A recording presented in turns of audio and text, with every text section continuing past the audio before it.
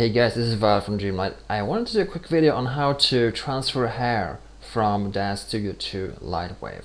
And I got this excellent idea from one of the answers or replies to a blog post I made recently about creating cyborg, turning Victoria into a cyborg here. And it's a scary winner, by the way. I did it a few years ago. Here in the comment section, I got a really cool reply from Abias here, and he says, thank you so much, Abias, for your kind comments. And he says, can you launch a tutorial that covers hair and style rendering from DAZ to Lightwave? And I appreciate for this. And the thing is, there are some specific things that need to be in place, and some specific pitfalls that are really easy to create inside Lightwave. So I'm going to show you that really quickly. And I'm gonna do, I'm gonna actually use Victoria 4 for this example, because the figure Victoria 4 has less surfaces and settings, which is a lot easier to work with. I explain more advanced stuff in an additional training we can take a look at a little bit later on, but here we're just gonna load poser formats. Let's see, studio, there we go. Those are the old DAZ Studio 2 folder installations, so it's kind of a long time I haven't been using these. Anyway, when you transfer hair prop into Lightwave, you want to have it already parented to the figure, which is you're gonna export the figure and the hair prop at the same time, because the hair prop adjusts itself based on how the figure is posed, which is really important to understand how it works. Alright, so what I'm going to do here is just add a hair prop, and what I'm going to do is add a hair prop that has some morphs to it, because one of the questions here on the blog post here was style rendering, so how to use those different styles that are available, how to transfer them into Lightwave. So first we need a hair prop that obviously has those styles, so we're gonna go ahead and choose here something that has. So for instance, if I go to Xenia, where is it? There it is. Xenia has a little bit of morphs to it. So if we select that hair prop in here inside DAZ Studio, in the parameters tab, you've got all these cool features that you can adjust. For instance, let's just do strands moving to. Those will just be moving those additional stuff here. And what you need to know about these morphs is that they all have the same geometry. Is that the only difference is that we are moving the points, which is just perfect, because we can easily use those inside Lightwave. I'm going to show you how to do that. Alright, so basically I'm going to just apply basic texture to the hair. I'm not sure if there is any applied just yet. It just looks a little bit flat. Yeah, so let's add a little bit of texture. Selected, content. In the old DAZ Studio 2, that was pose actually, and we gotta locate a matte for it. Characters. Alright, there we go. I'm gonna load something. Let's try this one. I like this one. Cool color. Let's see how that fits. Looking cool. Alright. Let's just see if we. Yeah, alright. Good. Let's just apply the basic pose to our figure, so we don't have the casual T-pose. So I'm going to select Victoria, go over here and select some kind of pose for her.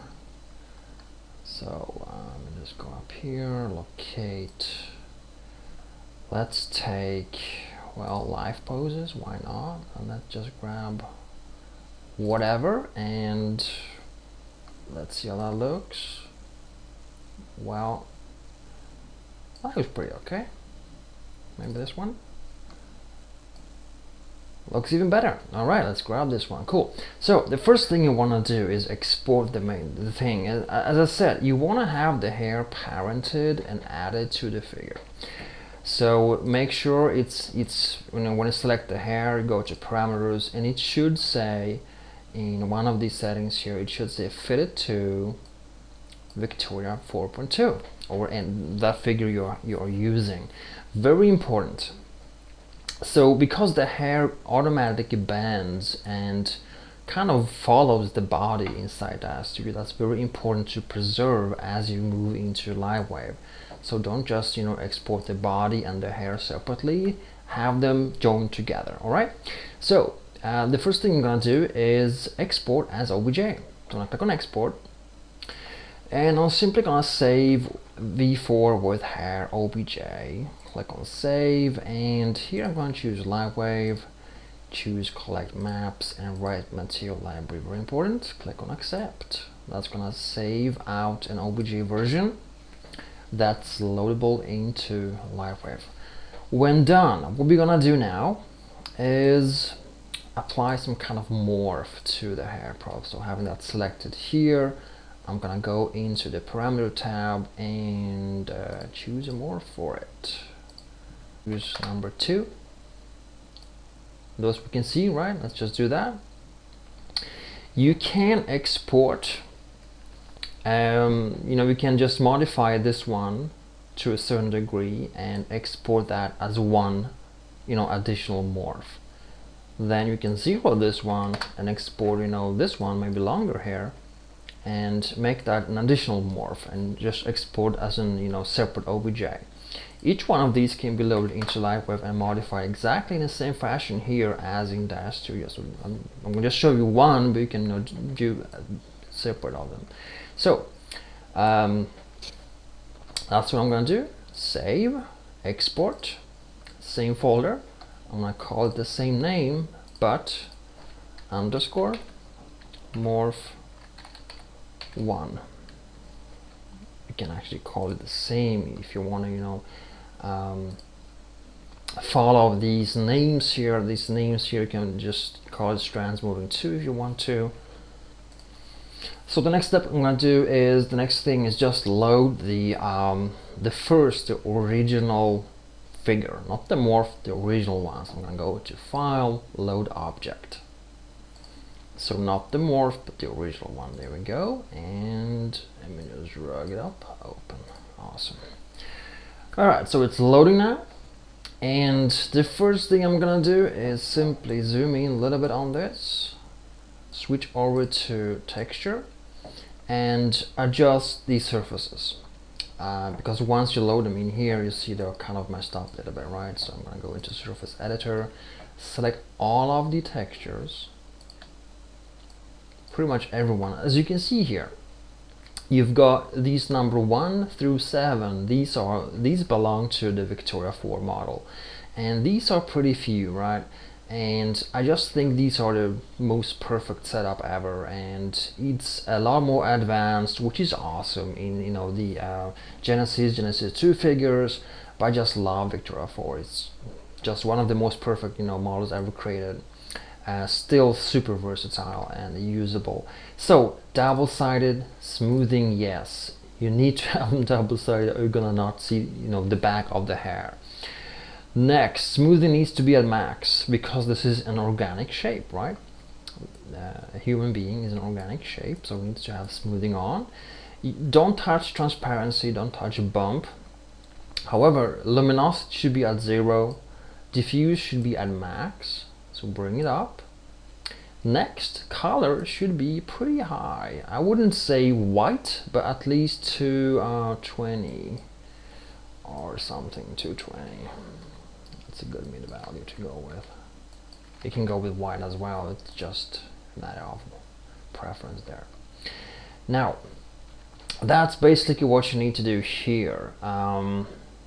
There is something you can do which sometimes enhances the look, and there are other things I'm going to just mention in just a moment, especially when it comes to rendering hair and how it can become really a problem inside Lightwave.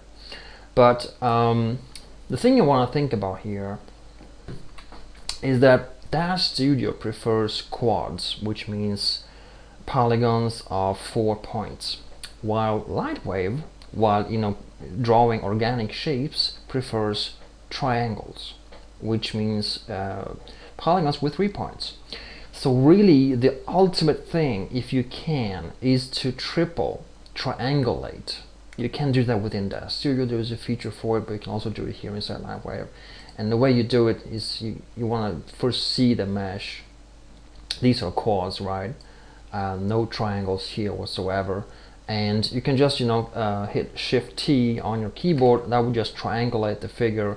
That in most cases makes lighting, specularity, reflections, shadows, even textures and meshes blend better inside Lightwave. It just prefers to having triangles when using organic shapes.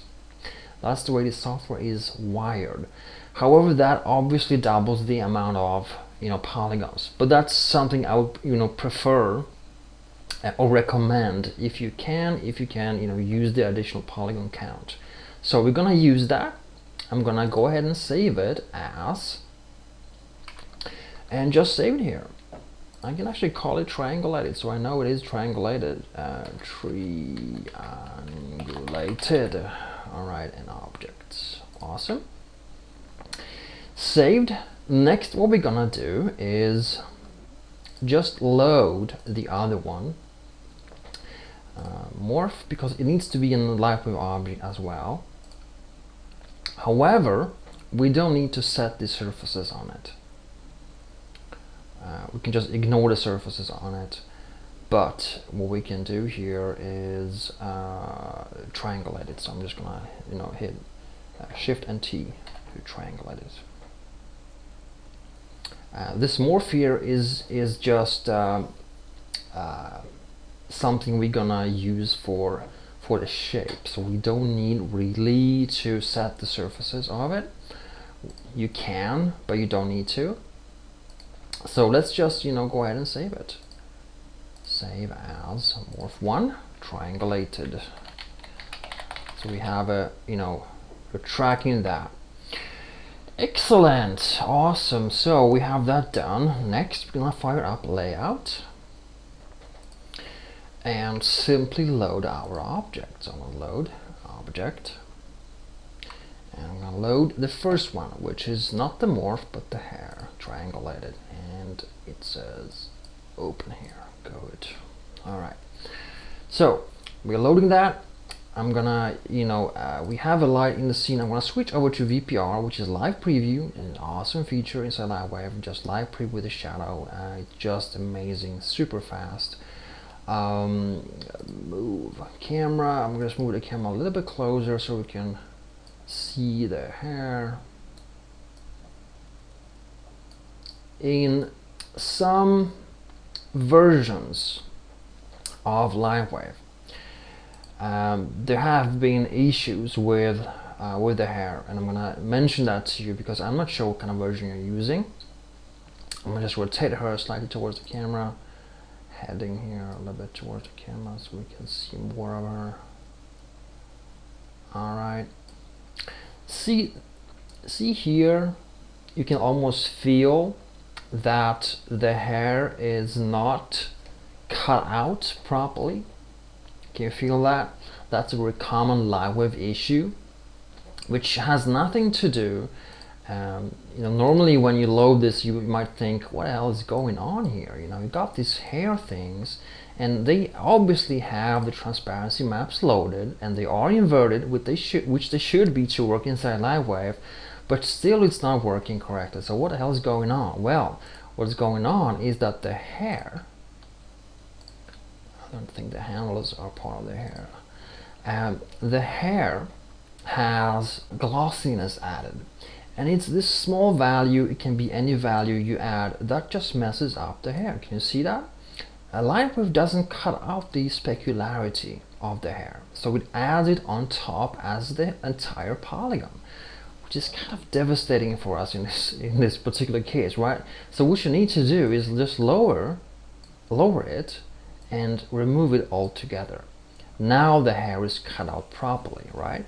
So it's that simple, but it's a very common issue, and it's a hair pulling issue because you can you cannot understand what's going on, right? So you don't need to touch the other settings, they're just okay. What I'm gonna do is adjust the lighting slightly. So we're gonna use let's go in here, we can use a distant, yeah, let's just reset the position of it. Actually, I can just rotate the light here. Rotation, heading, just so it comes.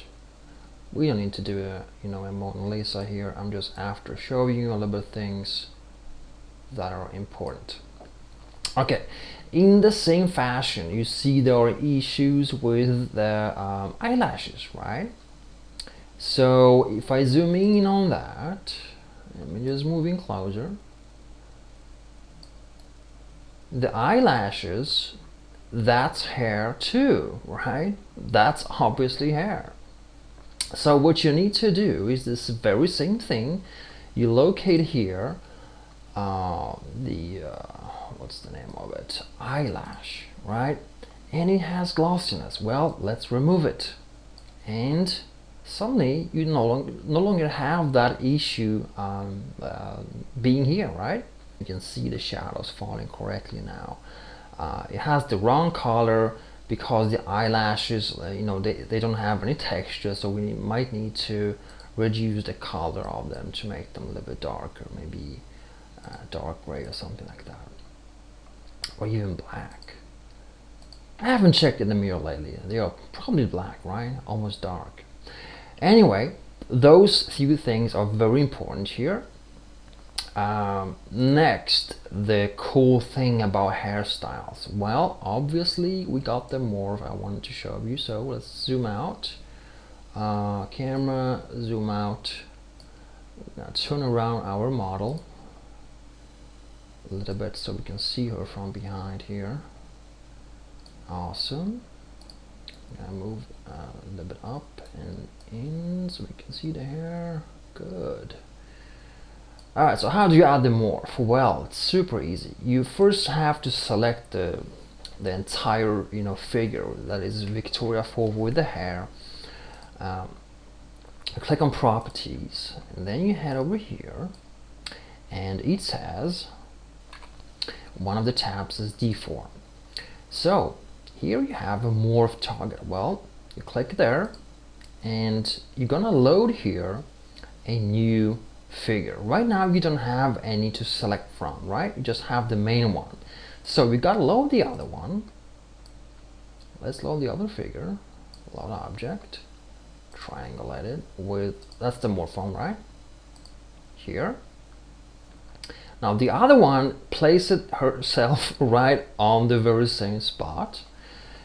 However, we don't want to see her. We don't want to have her in the scene. She's just loaded for reference. And if you move, you can see you have dual figures here.